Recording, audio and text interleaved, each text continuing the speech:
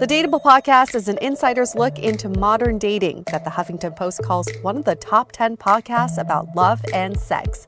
On each episode, we'll talk to real daters about everything from sex parties to sex droughts, date fails to diaper fetishes, and first moves to first loves. I'm your host, Yue Xu, former dating coach turned dating sociologist. You'll also hear from my co-host and producer, Julie Krafchick, as we explore this crazy dateable world. What's up, Dateables? Official start of season 14. I cannot believe it. Season 14, here we come. I want to take clips of every time Julie says, I cannot believe it's season blah, because she just like finds it all very unbelievable. I'm like, Julie, listen, it's season 14. I know, but sometimes I do find it unbelievable that we've been doing this. I actually got corrected that it's only been 6 years, not 7 years. We did the math wrong. Oh, we did? Oh. Well, we're 6 going on 7. 6 years is still quite an accomplishment, yes. And it was Valentine's Day we launched back in the day. Yeah, I actually looked through my old photos of that very first recording we did in my apartment, in my studio apartment.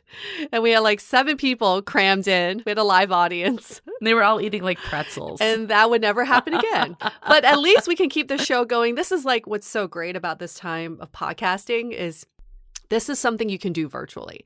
It's amazing that we can do this virtually. It's not a TV show where you have an in-studio audience and you have to be there live. This we can do all over the internet. So thank you. We're very grateful that we can keep the show going. Yeah, and it also opens up our guests. I feel like we're so lucky to be joined by our season opener guest, Lair Torrent. You know, I remember the day when we were doing Skype calls and we didn't even have video on to see our guests. So what a world of a difference this has been. And this is such a great way to kick off the season because we're all talking about what are you bringing to your dates? Sure, there's 2 people and 2 people bring each other on the date, but did you know that when you go on a date, you're actually bringing a whole team of people with you? It's your energy, it's your vibe, it's what you experience before going on that date, it's your limiting beliefs, it's all of this extra stuff that you're bringing on a date. So the question is, what are you bringing on your dates? And we want to bring in that good energy on this season of the Dateable podcast. Big D energy. The D is for dating. She's been waiting to say that all day, folks. She's like, that was Yue's line. I stole it from her. She wants to say the big D energy so bad. So bad. You know, the biggest compliment I've ever gotten was someone told me that I brought big D energy to a call. Damn, Yue. No, I mean, I think the energy is real and it's not just dating. I mean, this episode too, Lair talks about how it shows up with his wife of years. There is still many sides of you that you're bringing, different types of energies in different situations. I actually was in a work training today, which was so relevant to this. That was all about your energy in the workplace. And it was based on colors. Have you ever done this before? No, I'm so intrigued. I was trying to find like a free test online because we had to do one that, you know, the company paid for that was really insightful. It was like a full-on profile of yourself. It was nuts. And I feel like they should be doing these for dating. Somehow it's like Myers-Briggs on steroids. I don't understand it. So it's energy. So it's colors? Basically, there's 4 colors. There's cool blue, you know, you're objective, you're structured, you're consistent, you're factual. You're fiery red, you're bold, you're fast-paced, action-oriented. Sunshine yellow, which is like you're very friendly, dynamic, optimistic. And then the last one is earth green. So you're considerate, supportive, reliable, trusting. And all of them have the inverse qualities. The thing is, you're not just one color. You're not defined shine that way, but you have a prominent color. That's your energy and your aura that you're putting out there. But other ones show up too, and in different situations they may. But then there's like the reverse feelings of it. So I'll just give one example because there's so many, but let's say like, okay, I am a sunshine yellow is my dominant one. But the downside of that is when you're in kind of a bad mood, you could be hasty or frantic or excitable, like different like flip sides to it all. So it was really interesting because I feel like it ties so much with this conversation of just different things provoke different sides. Even the same side based on other external factors going on for you can make you show up in a different way. So just to clarify, is this an assessment where you're looking at colors to identify what color you are, or do you is it like it's questions and then it tells you what color you are? Okay, got it. Yes. It's just like Myers-Briggs, but instead of getting the letter combo, you're getting a color combo. I see. So for instance, I was like 81% yellow, 65% red, and then so forth.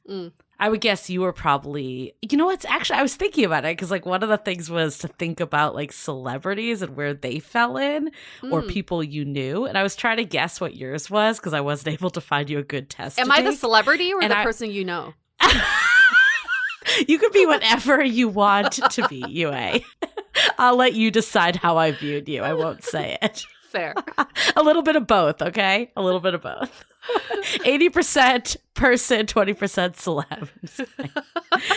But I was trying to think about like how you would show up. And I was thinking about it that like for our interactions then on this podcast, I would put you at like a red, like fiery, and like having more of the fast-paced, bold. A lot of people say that you're feisty in the best way possible. Like that was something that people said. But then I was thinking about you at work, and I actually think you're probably more of the supporter, like the earth green. And then I was thinking about like how you showed up when you were dating. And I actually think you might have fallen into either like the sunshine yellow or the earth green there too, especially in early dates.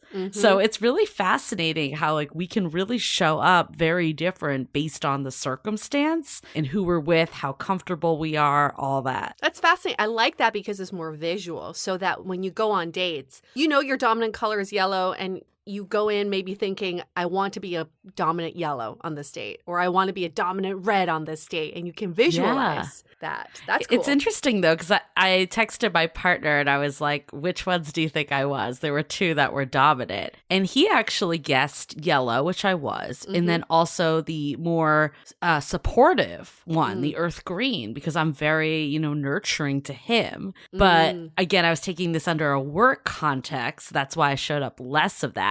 So it really is the fact that you have all these factors of your personality. And I think like for so long, I just thought of it so black and white of like, do I show up as real Julie or date Julie? And I think this episode really helped open my mind up that we're so dynamic at all times. And then this training was kind of the cherry on top. There is a mic drop moment in this episode, and you'll get to when you get to it, you'll know. And that was an eye-opening moment for both of us where we both thought, oh my gosh, like people always say, be your authentic self. What does that mean? In this episode, you'll know exactly what your authentic self is. And I think you'll be relieved by the answer. Even vibe and energy. I was trying to think of, I was actually Googling it too. I'm like, how do you define that, right? Like, I think we all can define it in the sense of we know what it feels like, but it's hard to put that actually into words, what it is. It's a certain feeling that you're getting from people's body language, the way they're interacting. And I think it's so interesting why we just jive with certain people and why we don't with others. And what this training was basically saying was the people that are opposite of you on the color wheel, it's going to be a little harder to find that common ground sometimes. Oh, so is it saying that yellows would attract yellows? So this wasn't done in a romantic setting, so I would love to see if there's more research on this. I'm like, I have a question, trainer. Does this mean that I'm more compatible with other yellows? They're like, you're missing the point. This isn't the point of this. I mean, basically what they were saying is that everyone has some aspects of every color. Some strains will come out more than others, but the predominant color is primarily how you show up, how you communicate, all of that. And with people, for instance, I'm a yellow, so the opposite on the wheel was a blue. Mm-hmm. So for those people that I'm very like gregarious and talk a lot with my hands and maybe talk a lot, and some of those people might be more introverted and they're thinking things through a bit. And it's fascinating because I actually think a lot of times in dating, sometimes opposites attract a bit with that stuff. But then there's also the side of it that the barrier to understanding each other and something that like the energy you're putting out might be overwhelming for the other person or vice versa. Okay, well, I'm thinking back on a time where Julie absolutely did not get along with this one certain person when we were trying to organize something. And oh my God, I yes. would say this like, person ooh, was then definitely not a blue. I would say he's probably a red. Yes. You know, that's interesting because I do have a bit of red in me, especially when it comes to work type settings. And I think maybe that's where I clashed with him more, is that I also had it, where you were kind of just like, let him do his thing. He'll move on. You were kind of more like go with the flow with it. You're like, he's going to forget about it in 20 minutes. Just let him be. I'm so glad that interaction is over. But maybe that speaks to your energy more, right? Is that especially when it comes to work settings, I think you are a little more like cooling and calm. Neutral. I would say I have no color at work. I am just clear. No, I think you're green. I think you're more on the green side, the supporting side. Okay, well, maybe I should stop doing that because that takes a lot of energy and I'd rather use that energy elsewhere. Anyway, this is fascinating. I think, Julie, if you can find a quiz for us, even as a pay-for quiz, maybe we can link it for people because I feel like a lot of people would be interested to know. And then we can have like a color party, you know, just like an Instagram live. Everybody show your true colors. Ooh, show your true colors. I like it. Or maybe there is an expert out there that can speak to this on the dating context. Like I mentioned, this was on the more professional context. And I think that would be really cool to learn about, like, does the same stuff carry over? Or are you actually compatible with people that are opposites? I would be so curious to know. And that kind of brings us to this next part of our discussion, because we really want to talk about this, is Julie and I are kind of like fed up with bad dating behavior. We feel like the last couple years we've normalized bad dating behavior and we're letting this bad energy come through and take over dating culture. And that's why so many of you are frustrated, you're fatigued, you're trying to take a hiatus. That is exactly why you feel that way. So we felt like because we keep hearing terms for bad dating behavior, which normalizes it, why don't we have terms for good dating behavior? Because we sure as hell know people in our Facebook group are carrying out good dating behavior, but there's no term for you all. So we decided to come up with some terms for good dating behavior and put up a poll on our Instagram. And this has been really fun because, well, step number one is Julie and I had a really fun brainstorm. And there was just some names, let's just say, that we left off the last week's episode.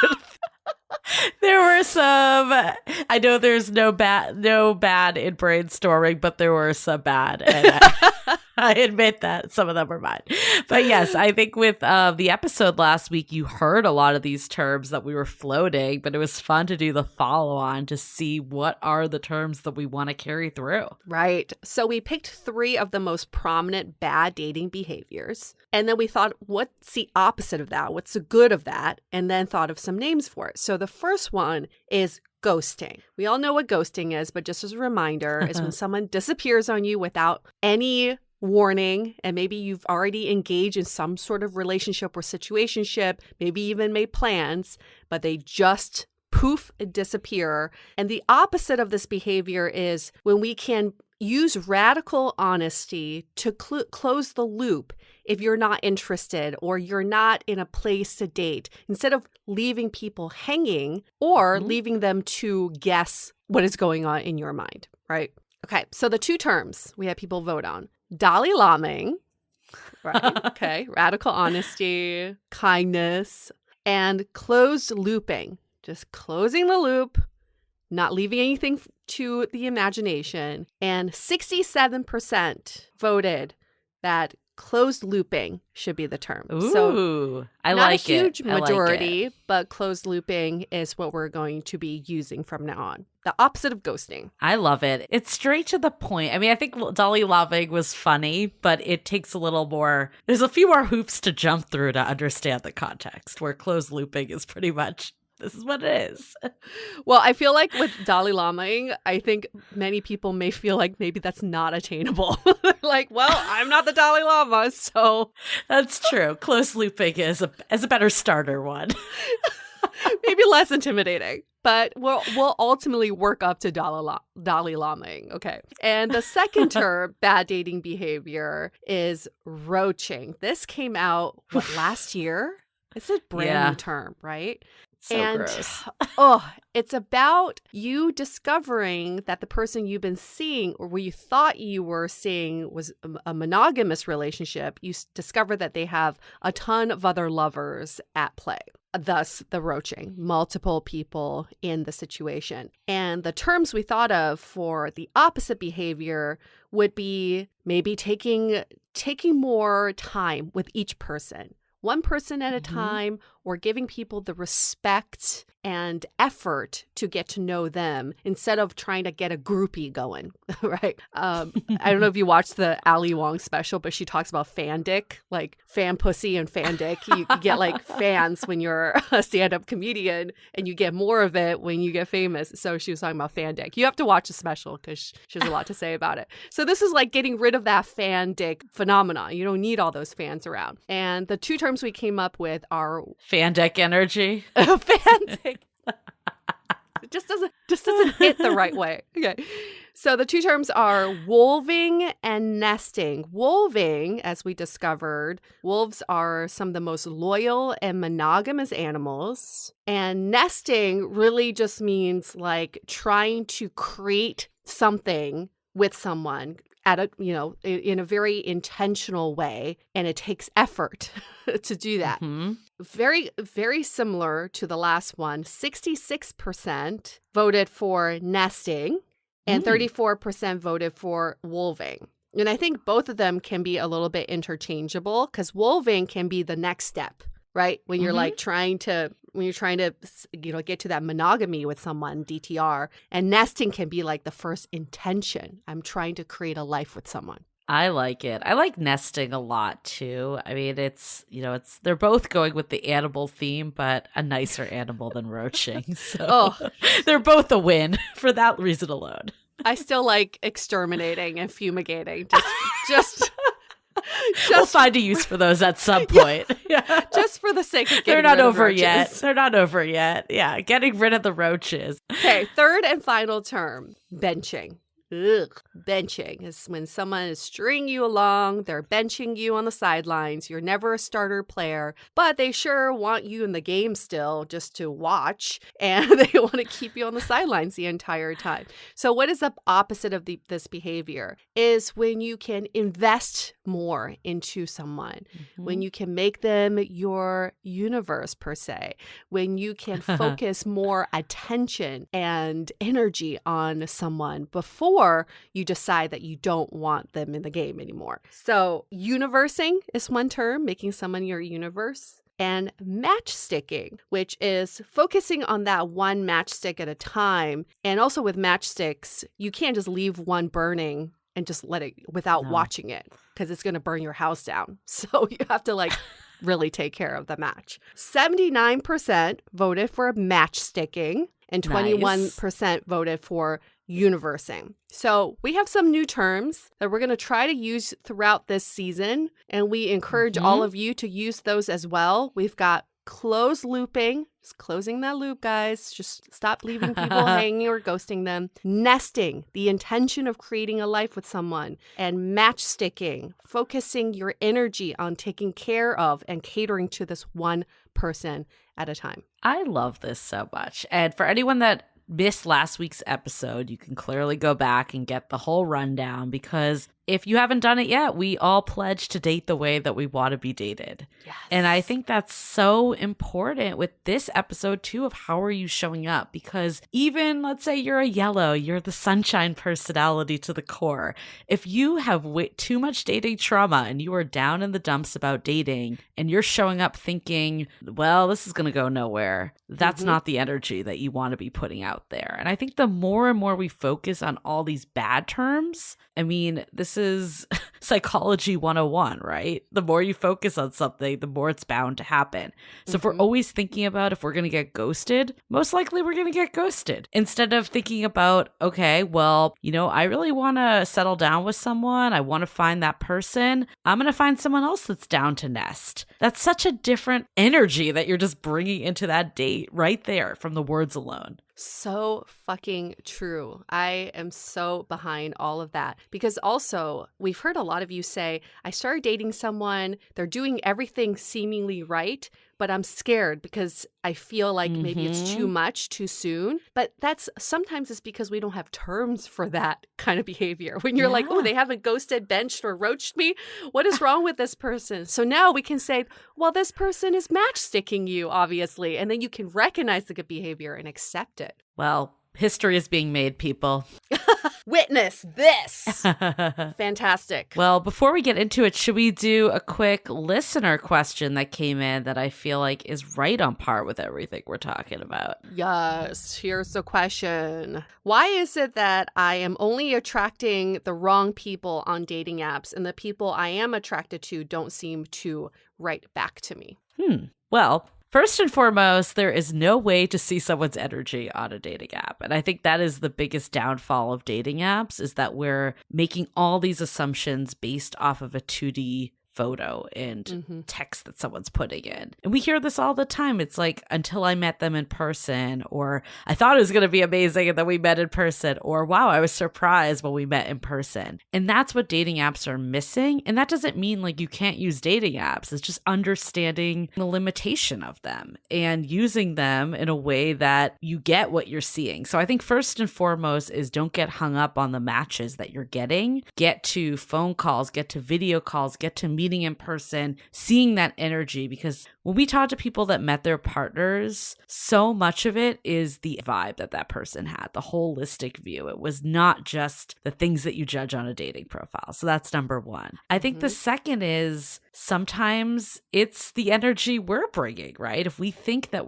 there's no one good out there, we're like, why aren't we attracting anyone good? That's something that's coming from what you're putting out in the world too. So I would probably take a step back, take a reset if needed. I think personally, being off dating apps and taking that breather is better than keep plowing through with negative energy. So the quicker we can kind of reset and, you know, get ourselves to a place that we're happy with how things are going in our lives, that's when we're going to attract someone that's radiating the vibe that we're looking for. Spot on. This is just a limiting belief. Think about the question again. Why is it that the people I'm attracted to on dating apps aren't communicating back? Well, you don't know that. There's dead profiles on those dating apps. How do you know you're attracted to them? You've only seen their photos and bios. We just do not know that that is a fact, but your brain is telling you that's a fact. It's giving you evidence for the self-fulfilling prophecy, which is it's not the truth. And then the second part of this question is, how come the people I'm not interested in are the ones interested back? Well, if you're not interested in them, then why are you matching with them in the first place? Obviously, you swiped on them because you had some initial interest. So again, our brains play tricks on us. This is a limiting belief. Don't let your brain convince you of something that is so not true. The dating apps are just a starting point, like Julie said. It's a vehicle for you to meet. It's not a vehicle for you to find like the love of your life right away.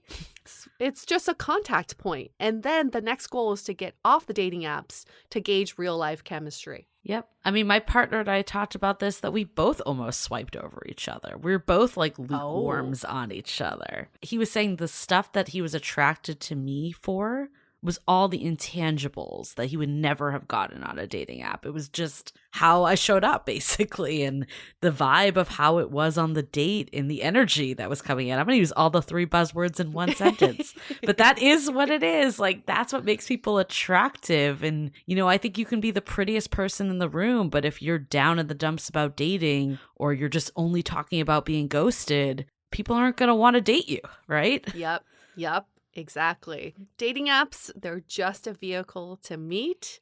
Let's not put all this pressure on them and think about it in this limiting way. It's not, nobody started a dating app to make your life miserable. So stop thinking that these dating apps are out to get you, because they're not. We always say a maybe is a yes. Just take that with a grain of salt. I really believe wholeheartedly the best hidden gems on dating apps are not the people that are, you know, have the best, most flashy profile. It's so true. And my partner did swipe left on me. That's a little different because he knew you before, so. No, he was like, no way. I don't know. He's like, I've seen that fiery energy out. Just kidding. I can't handle all that red. Little did he know that you would be a green in the relationship. Little did he know. He almost missed out on this big green energy. We talk about that in this episode, so we're going to get into it. But, you know, you just can't tell right away either. People have so many sides to them, including yourself. It's so true. Cool. So true. Before we get into it, a few announcements. Love in the Time of Corona, that is our Dateable Facebook group. We're sticking with Love in the Time of Corona until Corona is officially over because we don't want to jinx it. So find us on Facebook. And at Dateable Podcast is Instagram. That's where it's at. That's where you can vote in these polls. This is where you can make history. You are part of these new terms because you were following us and engaging on Instagram. So if you're not there yet, then come on over. And then the last announcement is share this with a friend. We all need that good dating energy, the big D energy, right? And our friends would benefit from this likely. So if you have a friend that you think would enjoy this conversation, that may be down in the dumps about dating, or maybe not even down in the dumps, but just wondering why things aren't working out. Maybe they're not bringing the full self that attracts people in other aspects of life. So share this with a friend. Sharing is caring. And on the DL, we do have a TikTok account. Okay, it's at Dateable Podcast. Listen, we're doing it for shits and giggles. Do not have high hopes for it, but if you just want to see something entertaining, go there. Look, you've been posting some great videos onto TikTok. Let's not undersell it totally. We don't have many followers though, so build us up, people, please. Yeah, please follow us. We will pay you. Please follow us. Maybe not, but please follow us. We'll pay you. We'll pay you in love coins. And last but not least, let's take a minute to hear from some of our partners for this episode. This episode is brought to you by Murad Skincare, a line of clinically proven, cruelty-free products that meet the meticulous standards for safety, efficacy, and care you'd expect from a doctor. One of my favorite products is the Invisalign Scar Resurfacing Treatment, which I've been seeing results from even just the first week. Founded by Dr. Howard Murad, who is a board-certified dermatologist and trained pharmacist who's recognized around the world as a visionary for his unmatched scientific innovations. Murad has also launched a digital magazine and podcast called Well Connected by Murad, connecting the dots between science and wellness. Find the digital magazine at wellconnected.murad.com and the podcast Well Connected by Murad wherever you listen to podcasts. And for Dateable listeners only, go to murad.com and enter the code DATEABLE for 20% off and free shipping for orders of $50 or more. Again, that's murad.com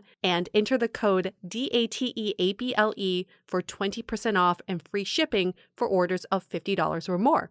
This episode is made possible by the book You Can Run by Rebecca Zanetti. The Blacklist meets Luther combined with Justified in a brand new romantic thriller series by the New York Times and USA Today bestselling author Rebecca Zanetti. Here's how it goes. Laurel Snow wouldn't call hunting a serial killer a vacation, but with a pile of dead bodies unearthed near her hometown, she'll take whatever she can get. Yet something about this case stirs her in unexpected ways. Then there's Laurel's attraction to Huck Rivers, the fish and wildlife officer guiding her to the crime scene and into the wilderness, a former soldier and a trained blind sniper, Huck seems to have his own secrets, not least of which are his whereabouts the night yet another woman disappears. You can probably guess where this is headed. Laurel must negotiate her conflicting feelings for him and her mission to find a serial killer. Get your hands on You Can Run by Rebecca Zanetti at kensingtonbooks.com or wherever books are sold. Okay, let's get into it with Lair.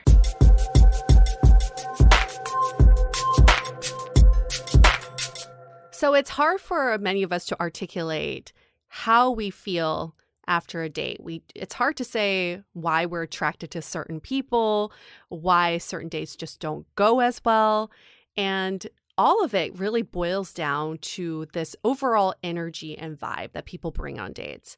But there's also this other part, which is beyond energy. There's like the many sides of you that encompasses like the multidimensional person that you are, but who is showing up for these dates? That is what we're talking about today. So that's why we have you on our show today, Lair, who we think that you're going to help us bring another layer to dating. Oh, thank you. I'm sure you've never heard that one before. No, Nice never. pun.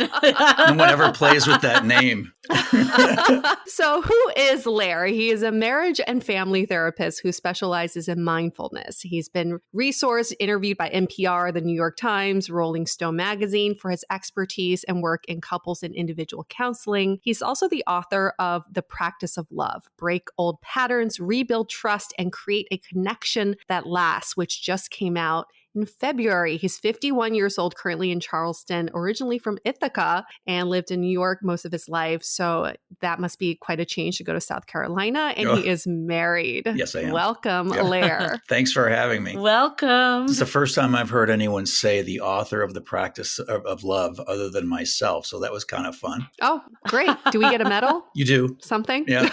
In my heart. Awesome. Well, we're super excited to talk to you because we think there's so much of your book and just the conversations you have that apply to people that are in the dating scene, but also that are in relationships. Sure. And I think kind of to double down what Yue was saying before is we see this all the time, that there's some people that almost take like too much accountability, that they play the victim, that they're, to blame of why dating isn't going well for them. And then we see others that seem to blame all the external. And this could also be people in relationships too. Why do you think like some people kind of process it different than others? Well, I guess that's up to the individual.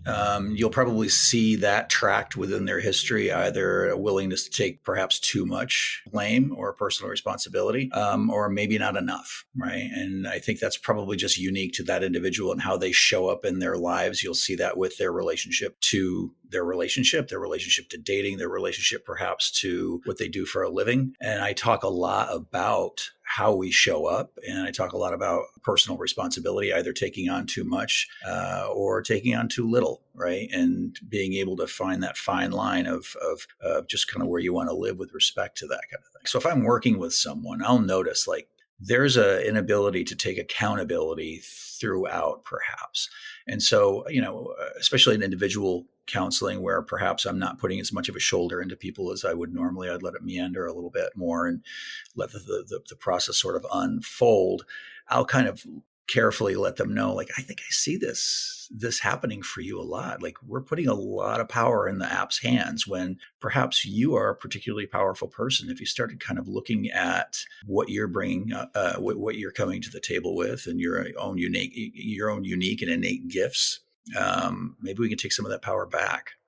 And maybe that some of this, our listeners may be thinking that's easier said than done. They might be saying, well, Lair, you're married, okay? You haven't been on the apps. Nope. Let me tell you, the apps are so frustrating. They are. I message 1,000 people. Maybe I'll get 2 messages back. And of those 2 messages, I might see one person in real life. And then when I see this person in real life, all my eggs are in this one basket because it feels like a diamond in the rough. How can we actually put into practice what you're saying and show up the way that we're meant to show up as? Personal work, right? I notice that for my people, when we interface with the apps and it's particularly frustrating, I'll say, look, let's shut them down for a minute. Let's shut them down and just take a look at what we're coming to the table with. And very often it's energy. And I know this may be getting out there a little bit for people in the woo-woo, but that's kind of what I do. We love so, the woo-woo. Yeah, so here we go. Let's bring it on. Look, your energy counts. How you show up energetically matters, and you are a tuning fork, right? And so like energy attracts like energy. And I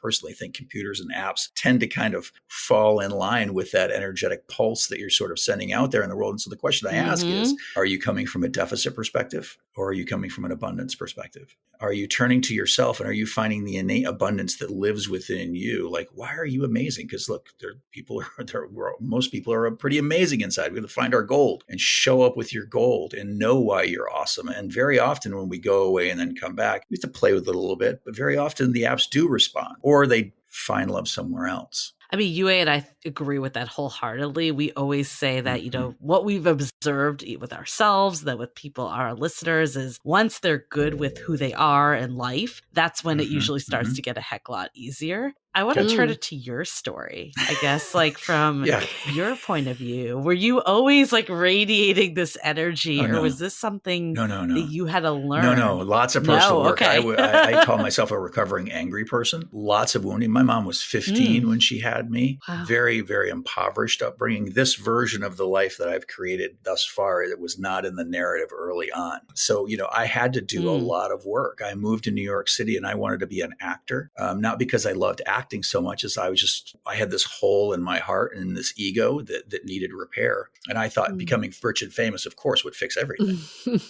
Of course. Yeah, do that. And what I also did is simultaneously, I got myself involved with some individual therapy, and I became a real convert in that respect. I looked at my bookshelf one day and I saw that there were about 70 books on health and mental health and healing, about 4 books on acting. And I decided it was probably time to change course. And so it was the energy that I bring to the table, or at least I try to, comes from my work, digging into myself daily. How did you meet your partner? I walked into my bar job. I was a bartender in New York City because, you know, I was an actor. So of course I was a bartender.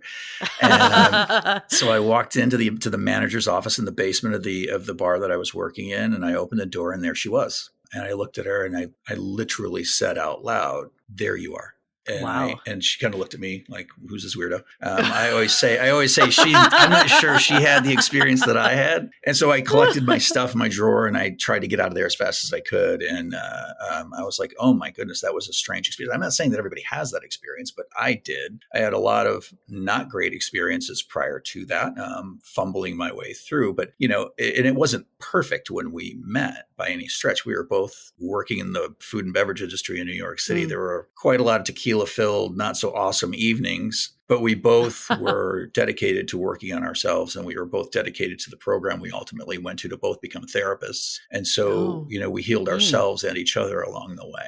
That's a really interesting point. Sometimes we think like we have to be fully whole to attract that person. And what I guess is, I see you shaking your head. What is your take on that? Like, how do you still get to that good place, but not be fully healed in any way? Well, what are you trying to create, right? Like, is it this we're going to come together and it's this romantic comedy right off scenario?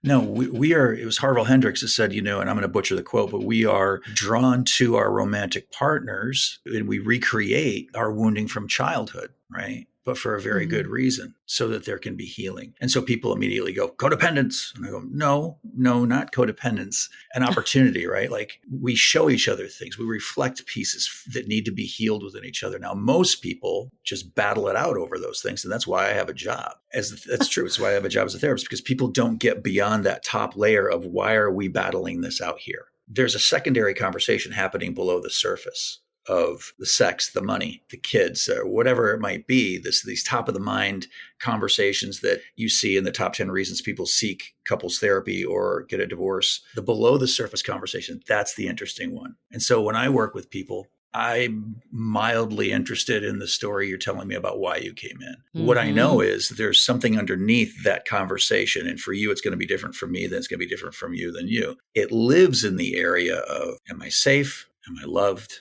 Am I enough? And do I matter? We're trying to answer those 4 very primordial questions. And if we come to the table with a wounding in 1 or 2 or 3 or 4 of those areas, and we are trying to heal that with each other. And so I'm trying to say, in my wife's case, thankfully I was looking through a textbook and reading and learning. I realized that the world was an unsafe place for her because of her upbringing. I'm not talking to the adult woman all the time that I see staring back at me, right? I'm talking to the little girl in her that needs to know that the world's a safe enough place. Yeah, let's go back to that, because you said something that I've been reading a lot about is this coupling. In addition to the attraction and chemistry, it is joint healing. Mm-hmm. So, you find your right partner who is willing to heal with you or who wants to heal with you. I had a friend who said something to me the other day. She was like, oh, I saw you write this thing on your Instagram. It sounds like you're healing. And I was like, oh my God, how does she know that? But how do we know what we're trying to heal? And I think that's kind of the question I've been dealing with is what specifically of those 4 questions you asked, how do I even know which one I'm trying to heal here? Well, a lot of the time, and I don't know if this happened for either of you two, but when I start naming those questions, you'll feel it, right? So like people cry in my office for a lot of reasons, not the least of which is because I've named their truth, right? And so when you have something that has been with you, whether you're aware of it or not, like I am unsafe in the world, come on, for you. I see it all the time. It'll hit. And sometimes it doesn't, but you'll see people kind of go, oh, I'm not enough. And so, but now we don't always have the answer immediately, but we have the 4 questions. And like when I first found those 4 questions, I sort of pieced it together from a bunch of different research. I tried to look for a 5th and there wasn't one.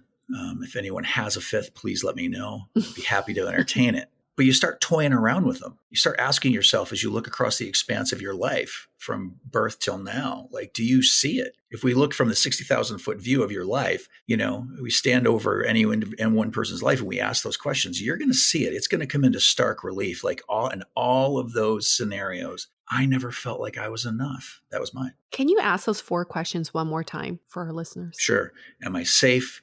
Am I loved? Am I enough? Do I matter? So we have definitely experienced this before, that people come and say, it's the dating apps. I can't get enough matches on the dating apps. Then we push them one layer deeper and it's my ex. Then it goes a layer deeper. And it's like, actually, that was the first person to view me as beautiful or see me in a certain way. So it's kind of what you're talking about. How do we get people to push the boundaries outside of therapy, of course, that's one way. But how do you go from this superficial external belief that that's your issue with dating to really digging and taking accountability that this is the challenge? Well, I mean, I have my way in the way that I try to encourage my clients to work, which is work on it every day. I wake up every morning and journal, meditate on it, look at your life, look at the different situations in your life and say, okay, I know, my knee-jerk reaction was to perhaps blame, and maybe some blame was certainly deserved on that side. But where did one of those or a few of those questions show up for me? Right. And you can find it in so many different areas. Like I found it in my internship. I came from the background that I told you about. And I get this coveted internship on Madison Avenue with these awesome and amazing women. And here I am looking for the service entrance. Right. I was constantly feeling as though I wasn't enough when I look at that scenario. For 2 years, I was looking for my pink slip. And my wife was saying to me, I don't think that's what's going on here at all. But for me, that's what was present there. That's one example. You have yours. Look at the different scenarios in your life and or the different places where you've found contrast or friction, and ask the question, did I feel like I was enough? Did I feel safe in the world? Did I feel loved?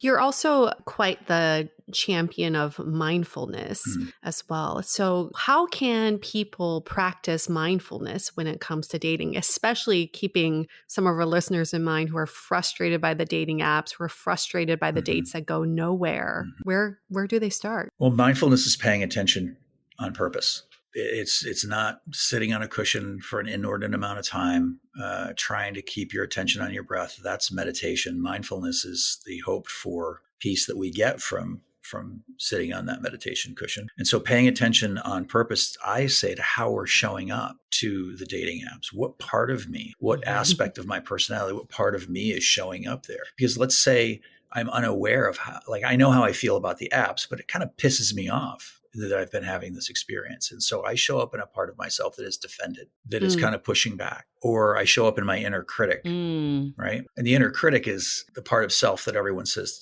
I just wish that part of me would go away, would die. And I'm like, well, it's not going to happen. We have to recognize that the inner critic is trying to keep you safe. And so it'll point fingers at you and at the apps or at other people, but it definitely brings up a resonant energy that's not particularly positive. And so training our mindfulness on our parts of self, how we're showing up and the energy we're bringing to the apps or to dating. If you're showing up to that date, quite obviously, like, I'm trying to keep it together, but really, I just think this is going to be another one of these duds. It's probably going to be a dud. It's going to be a dud. Yeah, Mm-hmm. exactly. Yeah. So, so this is the part I'm still struggling with. This surface level, right, is all the external, all the things that are going wrong in their lives. And we're saying it is, how do you reflect back on yourself and how you're showing up and bringing the energy to that? How can people like connect those dots a little more? Like, there any exercises outside of what you just said that they can dig a little deeper and get to that next level? Well, one of the things I talk to people about is the narrative, right? What's the story that you're telling? I usually use this with respect to couples who are struggling in any one area. Like, it's really important. Our thoughts become feelings, right? And those feelings become more thoughts, and those thoughts become more feelings. And so we really do have to pay attention to the biochemical conversation that's going on with the brain and the body all of the time. And so if we're having those negative thoughts, and we have about 40 to 60,000 of them a day, it's really tough to keep track of them all. But mindfulness can help us. And we begin to notice, like, oh, I'm actually telling a story in there, kind of in the quiet recesses of my mind. That's not a particularly good one. Maybe it's about the people that I'm dating, the pool of people that I'm dating. Maybe I'm telling a story of like how there's just no good dateable people out there. Maybe I'm telling a story about the apps. The apps just are. And I know that you've had an experience thus far, but taking some of our power back with respect to dating and the dating apps might mean looking at the story that I'm telling, the thoughts and the feelings that I'm creating around it, because we are tuning that fork, as I've said before. Sometimes when you're trying to take control of your narrative, it directly competes with your emotions. And for many, it's hard to control the emotions that come up. So something you talk about is a knee-jerk response, compassionate choice. How do we control, or at least deal with the emotions that come up when we're trying to take control of our narrative? So we don't have control. You feel what you feel. And trying to control your emotions, it's like, okay, we just don't want to react. That's what mindfulness does. It gets us out of our knee-jerk response to our emotions, so we can get space from them and we can name them. Naming is an age-old practice, Buddhist practice of saying, this is what I'm going through. And what that does is it gives us, I'm using my space from our experience, right? Where we can take that breath and we can kind of go, oh, these are the feelings I'm having, and we can have them. Just, I'm feeling frustrated. I'm angry. That's really good information. Underneath the anger, maybe some more sadness or hurt. And so we can process those feelings around that and not create more of a story that becomes more feelings, that becomes more of a story around that wheel, right? And now we're getting that sense of, we're actually gaining more control. I said we didn't have any control, or we shouldn't try to control them. We have your feelings. Let yourself have them, but not attached to them, if that makes sense.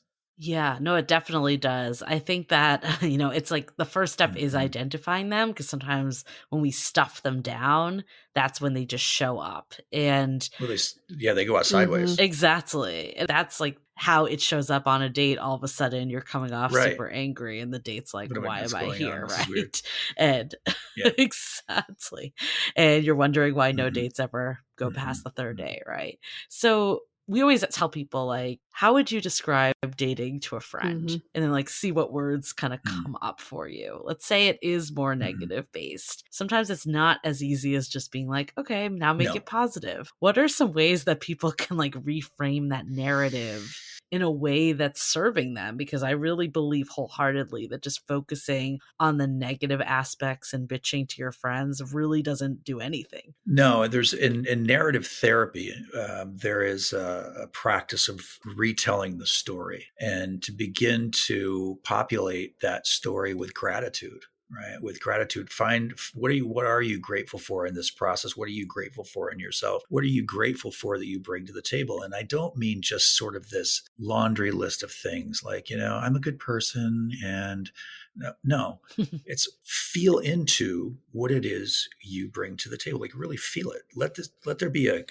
shift within you when you start practicing that gratitude, and like notice how it begins to change the story about how you show up and the person that you are. And all of a sudden you're like, wait, no, this person gets to be with me. Coming to the table with that. And like I'm a pretty amazing person. I'm making room in my special life for you. Mm-hmm. That's kind of a cool place to come from, and I'm having to constantly remind people when I see these wonderful and awesome, amazing people that are willing to do the work. My phone is the last one they want to call. It's usually the door they least want to walk through. And so when they come through the door, I'm like, look at all that you've done in your life and who you are. They pass over it in part because they're having this not so great experience in dating, as an example. And so this is me re-reminding, and I'm not just, putting a silk hat on a sow here. I'm saying you are an amazing human being in a lot of ways. And you've just sort of forgotten that, at least in this area. Yeah, I think that's a really important thing to note. I'm glad you brought that up because I do think we forget. We almost have, like amnesia of all the things that have gotten us to where we are. And especially when things aren't going well, we get fixated. And I remember when I was doing therapy, my therapist kind of had me map out the last years of my life and what was going on in them and kind of disprove certain stories. Like at one point it was, I'm not a relationship person. And then that's the narrative. Yeah. And she was like, have you actually been trying to get into a relationship? No, you moved across the country. You've been focused on work. It doesn't mean anything about yourself. So are there other ways that you kind of help guide people to be like, it's not a reflection of who I am. It's more of just an instance that could be happening. Well, look, again, this comes down to let's recognize that the apps, as an example, are there. They're there to help us. They're there to facilitate. When we start taking the information personally and beginning to form a story about that, and then maybe let that sort of infiltrate how you feel about yourself, we can't do that. We have to get space from that app and from that experience and say, okay, and then you can start asking questions like, what is the story I'm telling? And again, what part of me is showing up? Is there a part of me that doesn't want to be vulnerable? Is there a part of me that's scared? Is there a part of me that doesn't feel worthy of connection? What are my experiences from the past that are sort of influencing this? And so there's a reason why these parts are showing up when they're showing up. And it's information and perhaps something that needs to be looked at, something that needs to be healed, compassion that needs to be given to yourself. So we take all that apart, then perhaps we can kind of come at them a little bit differently. And what would you say to the other cohort of daters who think they're the shit already, who think they're quite a catch, who are like, I am very accomplished. I can list all of my accomplishments. It's the other people who don't measure up to what I'm looking for. And something that we found that's very interesting, because we have a Finding Your Person program and we do these group calls within the program. And a lot of the daters in this program have a very negative narrative when it comes to dating. But when we ask them to recall the positive times they've had dating, all of a sudden they're like, oh, I totally forgot about this awesome date I've had with someone, or this great mini relationship I had. So that's one technique we found has helped, is to recall the positive. What are some other ways how would you speak to this cohort of people who are just like, there's just nobody good enough for me? Nobody good enough for me. Well, that comes to, I feel, I would dig into like, what are you protecting yourself from with this sort of precipice that you've put yourself on? That too is a way to guard yourself against vulnerability. And I think it was Brene Brown who said, vulnerability is the cradle of all the things that we want to experience in the world, right? It's also one of the things we fear the most. I mean, you're asking me to give my heart over to someone who may or may not show up tomorrow, may die, may choose somebody else. This is a lot. And so this is just another technique. And so I wonder what would happen if we gave a little grace and a little space, perhaps, and some generous assumption to some of these people that you've opted out. I actually saw someone today in my practice, I have to say, that does just this thing, and I'm not outing her. She's totally down with understanding that her checklist is too strict, and that she's protecting herself through this strict checklist and ultimately there's no one. Right. Right. Here's a good example. I had an actor in my practice years ago, and she would say, well, I can't date anyone in acting because they're all insane, and I can't date any civilians because they don't understand our business. And who's left? Who do we have? Nobody. I think maybe protecting yourself from the vulnerability of connection.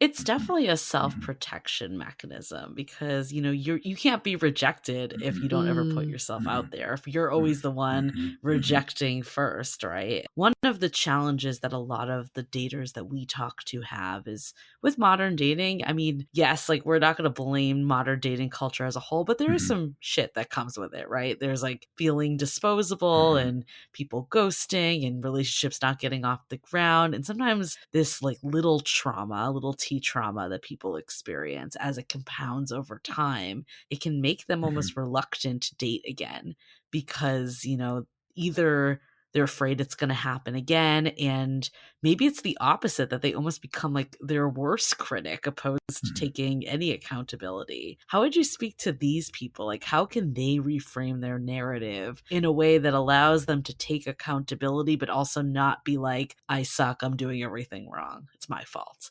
I tend to go to parts. And is there an aspect of you that can kind of, well, in Buddhism, we have the middle ground, right? And it sounds like we were kind of hitting either post. Either I'm amazing and awesome and I can't date, or I'm just terrible and I can't date. You're a human being. It's good to find the aspects of you that are awesome and amazing. But I think we start looking at that narrative, that story that they're telling, and it's like as their therapists start pointing out, you're really going down a not so great road. Is this your inner critic that's come up? So again, I come back to what part of you meets the dating world. It's so great when we can start doing a little roll call in there. And saying, oh, here's my inner protector. Here's my wounded child who doesn't feel like they're enough, and feels desperate for connection. Here's my inner critic that thinks everyone's terrible, including me. And so what we ultimately find through this inner roll call is the wise enough self, the good enough self shows up. The inner roll call. Well, I just made that up. That is brilliant. I just made that up in this moment. So another first on our show. Yes. I love it. Inner roll call. So would you say, would it be a good practice for people to write down all of their inner voices? Yep. And when these kind of thoughts come up, you can just name exactly who's saying that. Who is that? So I imagine in mine, my inner roll call happens in a house that I don't own yet, in Kauai or maybe in Costa Rica. And there's this big table and all of my parts get a spot. And I start to get to know the different aspects of me that show up in my life. And so I kind of know who they are. And I'm like, oh, I know who that is. And this is where that mindfulness piece kicks in. And so we get a sort of a sense and a flavor and an ear for the different thoughts and feelings that come up. Rather than being in a mood or any of that, we can say, oh, this is that part of me that tends to show up around this. Really great information. It's compartmentalization of the mind 101. In these different aspects of our brains, we have certain skill sets that other aspects of our brains don't have. Let's hold that thought for a few messages from our sponsors.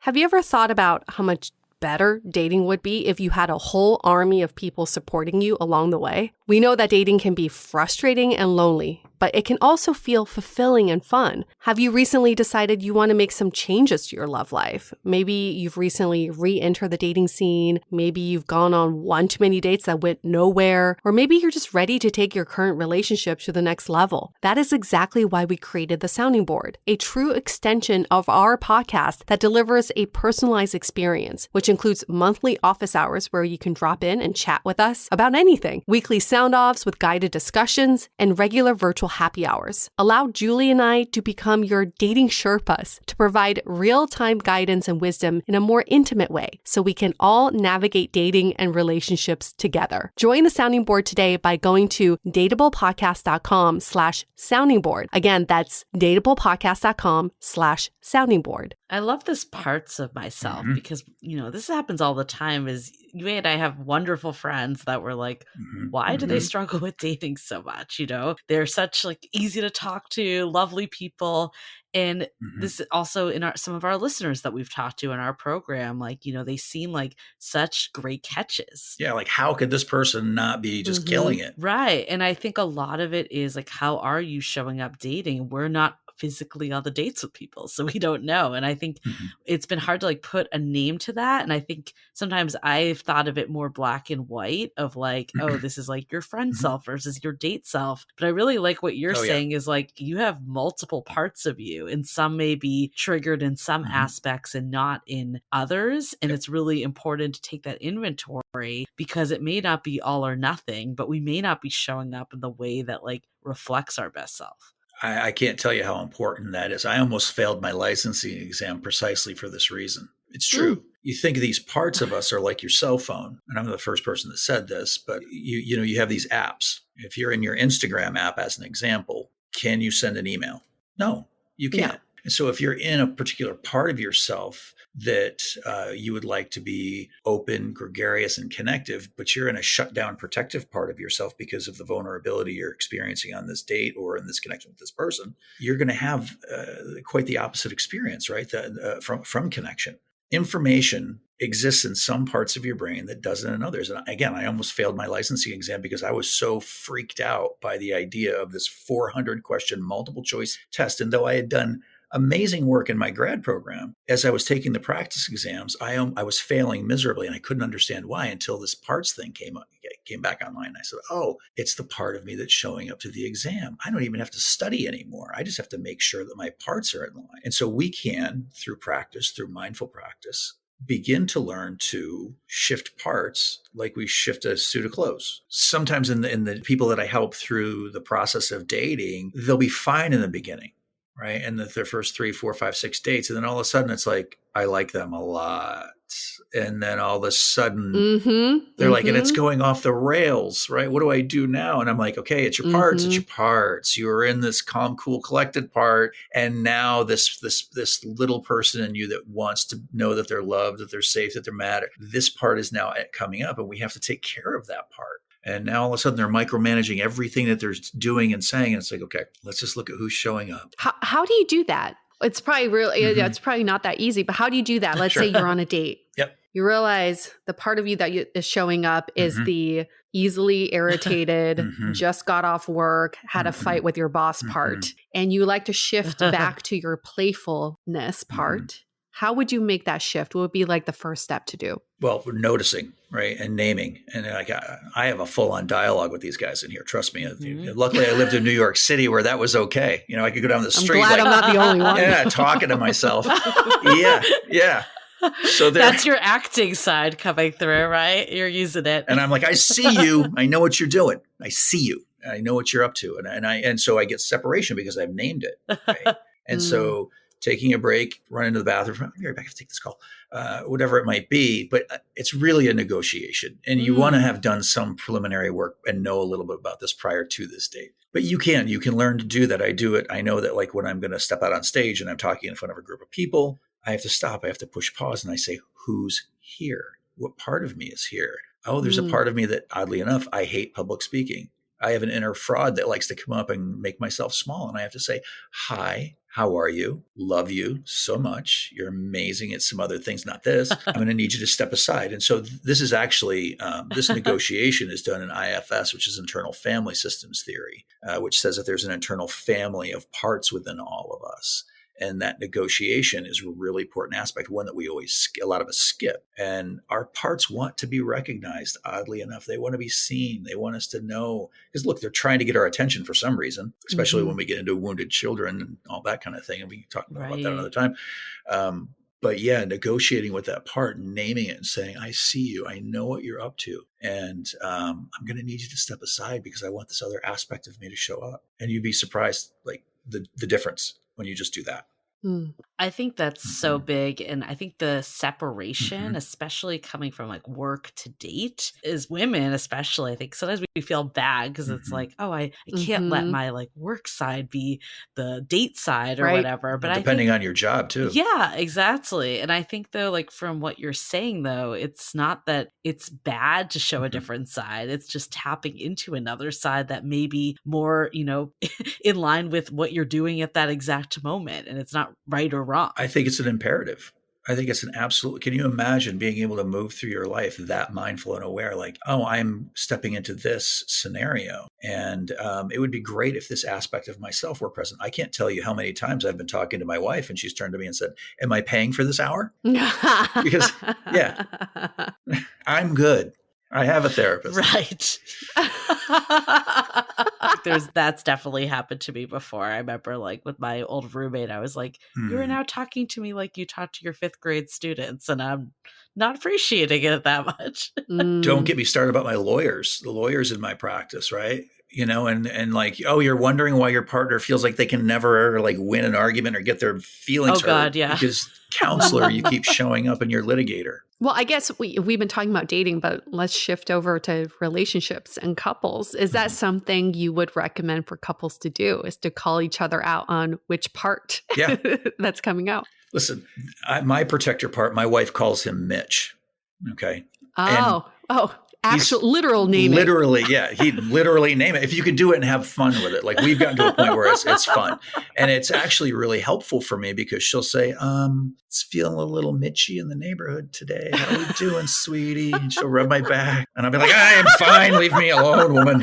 You know, and I'm like, it's a call to mindfulness, right? Because she's there and she's noticing. And so I'll say that and she'll say that. And I'll be like, she's right. I can feel it. Like that part of me was really good at, you know, dealing with bar fights in the seedy joints I worked at in New York. Not a great partner, oddly enough. Not a great dad. And so, you know, I want to make sure I'm aware of where that part of me is, that part that it was, you know, charged with protecting me throughout the rough times in my life. It's good to make sure in my relationship, if we're having a back and forth and we're not coming to terms on any one thing, maybe we're having a little argument. I don't want that guy showing up.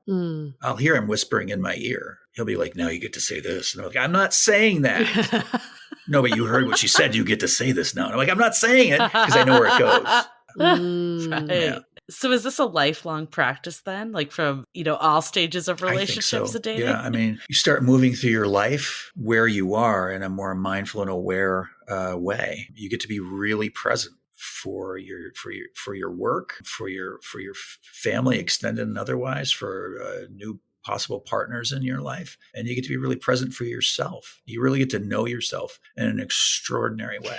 I'm so curious about how this can be put into practice. So I'm going to ask you, Julie, what are some of the parts that you have within you that you've seen come out? I mean, I definitely think I have multiple parts. Like You definitely do. Like a cheesy, sentimental side that maybe my partner sees more than work colleagues, for instance. Maybe more of, you know, sarcastic side that could come out on this podcast, or maybe more of a type A personality that comes out when I'm getting work done. Playful side. I think I have many different sides. And sometimes I've actually had this thought before that am I not being my true self with someone because I might show one side with certain people over others. And then I've come to the realization that that's actually not true. I just do have multiple sides to my personality. And it's not that one is, you know, one person knows me better than the other. It's just that different people kind of bring out different sides of me in different situations too. Yep. Yeah, different people, different situations will trigger different aspects of self. And it becomes a real curiosity for me as to why. So would you say that you're never not yourself then? I would say you're never not some aspect of self. Oh, that's interesting. You may not like the aspect that comes up. You may not love it. And, you know, that's your work. What about like if you are actually feeling inauthentic though? You know, like sometimes you can be like, oh my God, did I just say I feel this? fake. Did that word just come out of my mind? Why are you saying that? There's some part of you that's up that is feeling probably insecure. Needing or wanting something. And I'm going to go right to wounded younger child part. That's funny because I just rewatched the TV show Insecure, and she always says really awkward things that aren't her. And it's always in moments that she feels insecure, basically.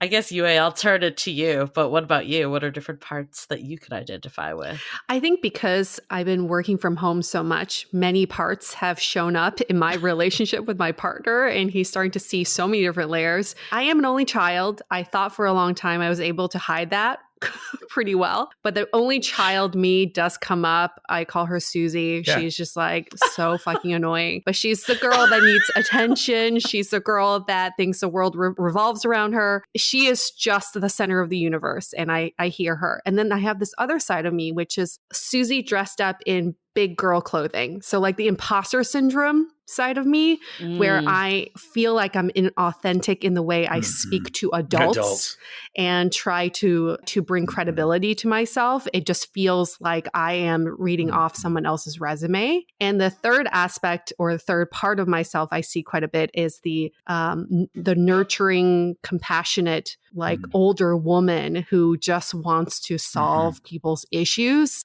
So the three are conflicting, and it's really interesting when one comes up, one leads, and then the other two kind of want to battle it out to be in the forefront. I wonder what sides of you to come out when you lock horns with your partner, when the rubber hits the road and things are a little bit tough, and you're having difficult communications. Because it's my theory, and I outline this in the book, that we don't actually have communication problems. Right? Oh. That people will call me and they'll say, we have communication problems. And I say, you don't. And they get frustrated. I'm like, no, I was there. We do. And I'll say, no, you communicated that you have commanded the English language. You said that just fine. I understood everything. What you have is a parts problem. And so I'll draw a Venn diagram, two circles intersecting. And I'll say, okay, here's you and here's your partner. And all the parts are in here, the X's and the O's. And we have this little almond. It's the conversation, whatever it is. It's really important who shows up in there. Because if you show up in a part of yourself that's like your inner critic or your warrior weapons hot self, it's like trying to send an email from your Instagram. You don't have the skills to connect. So we can use all the I statements we want. What I think I heard you say through the wrong part turns to what I friggin' heard you say really quickly. So true. You know what makes dating so challenging? This was kind of just a light bulb moment for me, is that we don't know the other person's parts at all. We're only seeing the snapshot of them on 1 hour. Like you were saying, Lara, that your wife can call you on a different part. If you meet someone for a drink for 1 hour, you can't call them on a different part. That's who you think they are as an entire human being. But is it, well, this is what I do. I stand back and kind of let people reveal themselves and notice like, oh, okay, so this is what's happening for them in this moment. Like you can see if they're, nervous or they're saying things that are kind of out of left field or, they're trying to be cool. It's like, I'm going to be sure that when I meet you on this first date or second date, I'm probably meeting your agent, but not the real you. But I think that's mindfulness. I think that the fact that you are mindful allows you to make that connection where a lot of people are at the surface level, still blaming the app, still blaming the other people, doing all the things that aren't themselves or understanding how people operate. And in that case, it would just walk away and being like, well, that was a dud. That person sucked. Opposed to having the mindfulness that you were just saying. I think that can actually help you on dating too, because it can say like, maybe this person, like what is the good that I could see in this person, even if it wasn't 100% home run, that could make it that the next date is totally different than this one was. Yeah, if I'm seeing that date through my inner critic, I'm kind of like, oh God, that was terrible. But if I stand back and I get into my why self, I can say, it was a first date. And, maybe I can give them another chance because, look, we all show up to these in the various ways that we do. And it wasn't their best go. If it was a total shot, then move on. But yeah, this way of looking at the parts of us that show up, not only does that give us compassion for ourselves, perhaps, but perhaps compassion for the other person. If we have all these different parts that show up at different times, what is the through line that defines who we are so that we are not like multiple personalities, but it is still us, just different parts of us? So you think about there's a seat of consciousness that sits here within all of us, right? And here's the fun part. The wise self, the soul, if you will, does not care who shows up because it's all grist for the mill, right? Like you're going to get the lesson or a lesson no matter who shows up. But when we stand back in that witnessing wise self and we say, okay, I see that this part of me wants to come up because I'm nervous about this date, or this is the third date. We've checked a lot of really great boxes and I don't want it to screw up, right? I just want this to go well. So this other part of me shows up. We start naming and doing that inner roll call. Again, what happens is the wise self takes over. That part of us that is wildly compassionate, empathetic, and understanding for other people and oneself.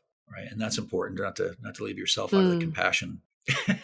There has been so much about this conversation that has blown my mind, which is in the best way possible. And I think, like, to go into some of our takeaways, I think I started off this conversation having the feeling that, and I still do, that like it's the easy way out is to blame the external or to blame other people. And the hard work is looking at yourself. But I think what I've learned from this too is that, yes, it's work. It's definitely work to look at yourself and to take accountability. But it also can be great fun if we start to look at it as, what side of myself is coming out right now? What part am I showing? What is this bringing up for me? It's almost like this game of clue and mystery that we're solving of what is the curiosity that I can get. I can use every opportunity to get to know myself better, because that is the only variable that matters at the end of the day. If you are, now in a relationship, maybe you're not using dating apps anymore, but there'll be something else that you can blame. Like, there's never going to be a shortage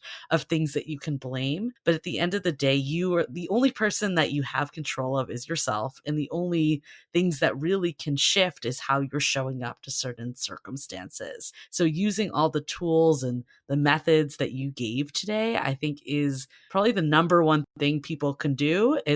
We see that people spend all this time updating their profile, and it's almost like it's not your profile. It is you, in the nicest way possible. Yeah.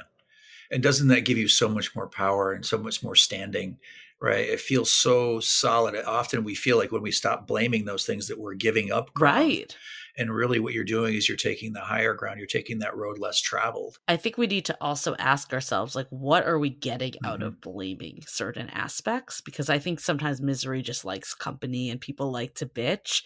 But if we actually say, what am I getting out of looking deeper at myself? The world, like, it's almost like endless when you start to unravel that. I feel like we've all had revelations even on this interview. So I think hopefully our listeners are digging deeper into the different questions that you brought up at the very start, or even just like the different parts that we kind of named. I'm sure people can name a zillion parts within themselves. Yeah, I love that. I'm just still blown away by our little revelation that maybe we are always our most authentic self. It's just that there are some parts of us that we like better than others. I think there's been so much pressure from society to just be yourself. Yeah. Just be your authentic self. All those Instagram memes, like, just be authentic. Many people feel a little bit lost in what that means. Who am I? Know that you are always being yourself. And now you have a choice in choosing which part of yourself you want to be more of. I love this idea that we have this inner roll call. We have these different parts. And one takeaway for me and for our listeners is that I think we can start observing that even more and start naming those parts. So you know how you feel when you are in the Susie part for me, or in this other part,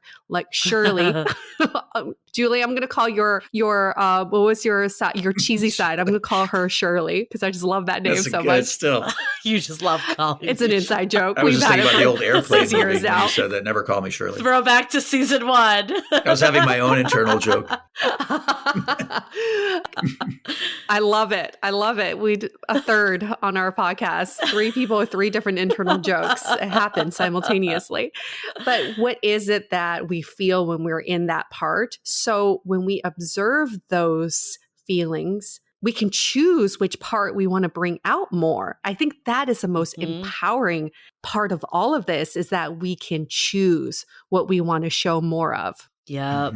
I think just knowing that we're multidimensional and the people we date are multidimensional too. I know, like, on a subconscious level, we all know that, but I don't think we always bring that out when we're dating. And it kind of goes back to what we were talking about earlier. And we were almost even victim of this too, that we're like, there's kind of 2 ends of the spectrum, the people that blame themselves or the people that blame others. Yeah. And maybe you can be both. Maybe there's certain situations that you do go to the external, and sometimes you go to the internal and are a little too much of your own critic. And same for the people on the dates. I love this of, like, can we take a step back and just recognize that this person is showing up on a date dates are inherently uncomfortable sometimes. Can we give this person the benefit of the doubt? In modern dating, people just do not give enough benefit of the doubt. And of course, there's a difference of giving too much that you get taken advantage of, but there's also like not giving someone a shot and giving them a chance to develop something. And also for our listeners, this is great date talk. I mean, forget about like, where did you grow up? How many siblings you got? How about like, show me your inner roll call? Who lives in you?